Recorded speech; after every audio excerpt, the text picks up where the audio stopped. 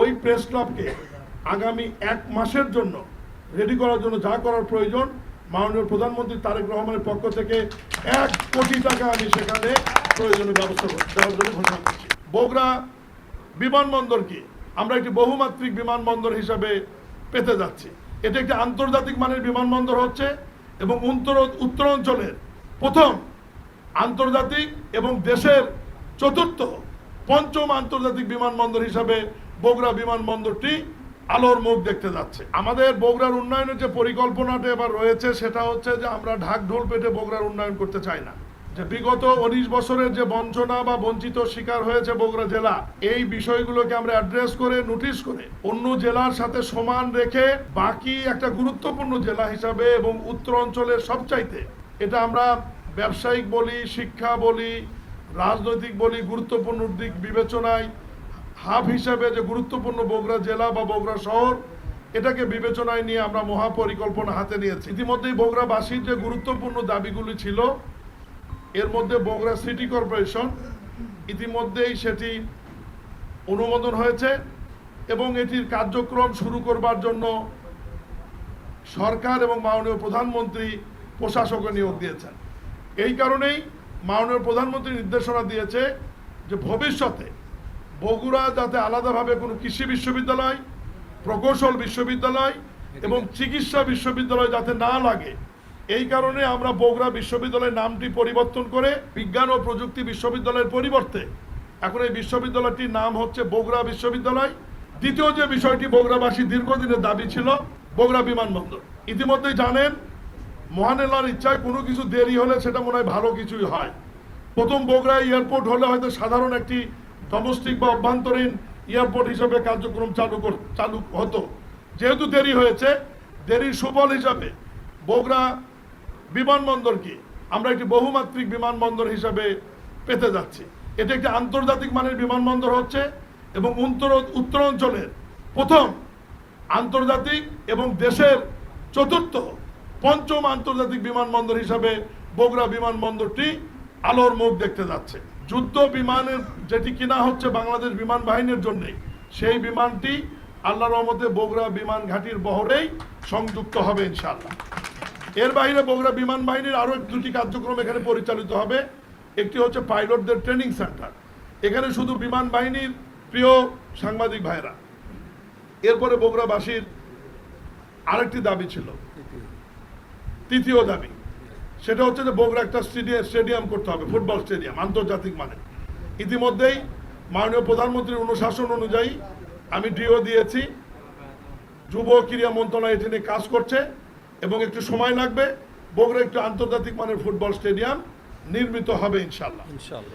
এর বাইরে Bogura city corporation হওয়ার পরে এই সিটি কর্পোরেশনের কার্যপরিধি বৃদ্ধি করবার জন্য রাজুকের আদলে, চট্টগ্রাম উন্নয়ন কর্তৃপক্ষের আদলে, রাজশাহী উন্নয়ন কর্তৃপক্ষের আলোকে বগুড়া শহরেও বগুড়া উন্নয়ন কর্তৃপক্ষ আমরা করতে যাচ্ছি।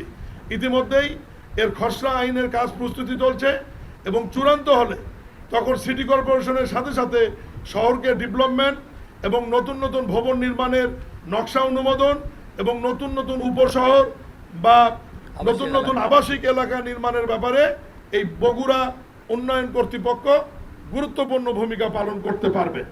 এর বাইরেও এখন বগুড়া শহরের যে পয় নিষ্কাশন এবং সুপেয় পানির ব্যবস্থা যেটি রয়েছে, এটা আরও আধুনিকায়ন করবার জন্য আমরা বগুড়াতে ওয়াসা স্থাপন করতে যাচ্ছি এবং ওয়াসা স্বাধীনভাবে সিটি কর্পোরেশনের সাথে সমন্বয় করে বগুড়ার সুপেয় পানি এবং পয় নিষ্কাশন ব্যবস্থাকে আরও উন্নত করবার জন্য যা যা করার প্রয়োজন তারা করবে।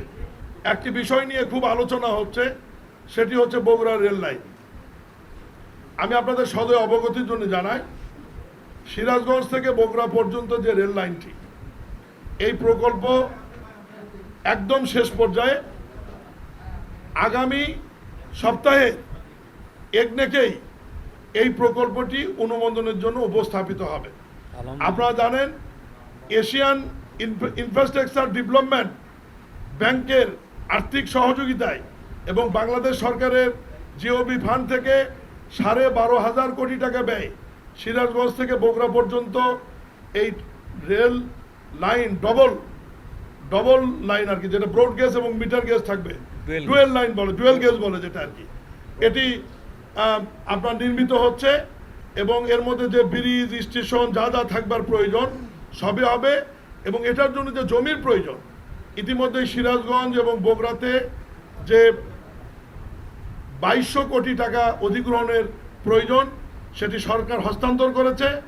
বগুড়াতে 1100 কোটি টাকা প্লাস মাইনাস প্লাসই আর কি, সিরাজগঞ্জও 1100 কোটি টাকা প্লাস। এই অধিগ্রহণের কাজ একদম শেষ পর্যায়ে, আর হয়তো 2-3% বাকি থাকতে পারে, কিন্তু অধিগ্রহণ সমাপ্ত হওয়ার কারণেই ডিপিপিটি চূড়ান্ত করে এটা একদিকে অনুমোদন হওয়ার পরেই ইন্টারন্যাশনাল টেন্ডারে যাবে, ঠিকাদার নিয়োগ হবে এবং আগামী আমরা যেভাবেই বলি না কেন, বাস্তবতা হচ্ছে যে ইন্টারন্যাশনাল টেন্ডারের ফর্মালিটিস মেনটেন করে, যেহেতু এখানে দাতা সংস্থা জড়িত আছে, নভেম্বর-ডিসেম্বরের আগে এই রেল লাইনের কার্যক্রম আনুষ্ঠানিকভাবে শুরু হওয়ার সম্ভাবনা নাই, তবে হবে। এর সঙ্গে যেটুকু সংশোধনী আসছে, বগুড়া শহরের ভিতর রেল লাইন নেই, এটা নিয়ে প্রাথমিক একটি সিদ্ধান্ত হওয়ার পরে আমি দেখেছি আলোচনা সমালোচনা দুই রকমেরই আছে, কেউ পক্ষে কেউ বিপক্ষে। আমরা পরে এই পক্ষ এবং বিপক্ষকে মাথায় নিয়ে আমরা নতুন করে আরেকটি ফিজিবিলিটি স্টাডি করছি।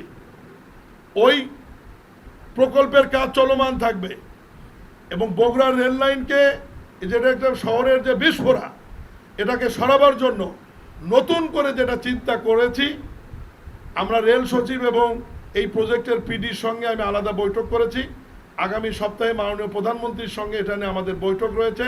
সেটি হচ্ছে, এটা এখন এরকম হতে পারে যে রানীরহাট থেকে বগুড়া শহরে এসে যে জায়গাটি রেল সংযুক্ত হবে, ওই জায়গা থেকে ঢাকা মেট্রো রেলের আদলে আমরা মেট্রো রেল করে শহরের উপর দিয়ে ট্রেনটিকে নিয়ে গিয়ে একদম গাবতলীকে ডাউন করতে গিয়ে যে জায়গায় ডাউন করা যাবে, ওইভাবে একটা ডাউন করার পরিকল্পনা আমরা প্রাথমিকভাবে হাতে নিয়েছি। তাহলে আর রানীরহাট থেকে গাবতলী আমাদেরকে সংযুক্ত করতে হবে না এবং শহরের লোককেও এই রেল লাইনের যে সুবিধা, এই রেল স্টেশনের যে সুবিধা, সেখান থেকেও বঞ্চিত হতে হবে না। নবনির্মিত প্রেস ক্লাব যেটি জনাব তারেক রহমান উদ্বোধন করেছেন, কিন্তু উদ্বোধন হলেও সেখানে সাংবাদিকদের বসার যোগ্য এখনো তৈরি হয়নি, এখনো পার হতে পারছেন না। এখন আমি সভাপতি সেক্রেটারির সাথে কথা বলেছি, ওনারা আমাকে একটা ধারণা দিয়েছে যে এইরকম একটা ব্যবস্থা হলে আমরা ওখানে উঠতে পারবো বা আপনাদের কার্যক্রম আপনারা শুরু করতে পারবেন। সেই ধারণার মধ্যে ওনাদেরকে ছোট করব না, আপনারা যাতে উঠতে পারেন সেই ব্যবস্থার জন্যে আমি বগুড়ার কৃতি সন্তান মাননীয় প্রধানমন্ত্রী জনাব তারেক রহমানের পক্ষ থেকে সামনের রাস্তা, ভিতরের ডেকোরেশন সহ এসি সহ আপনাদের উঠবার জন্য ওই প্রেস ক্লাবকে আগামী 1 মাসের জন্য রেডি করার জন্য যা করার প্রয়োজন, মাননীয় প্রধানমন্ত্রী তারেক রহমানের পক্ষ থেকে 1 কোটি টাকা আমি সেখানে প্রয়োজনীয় ব্যবস্থা দেওয়ার জন্য ঘোষণা করছি।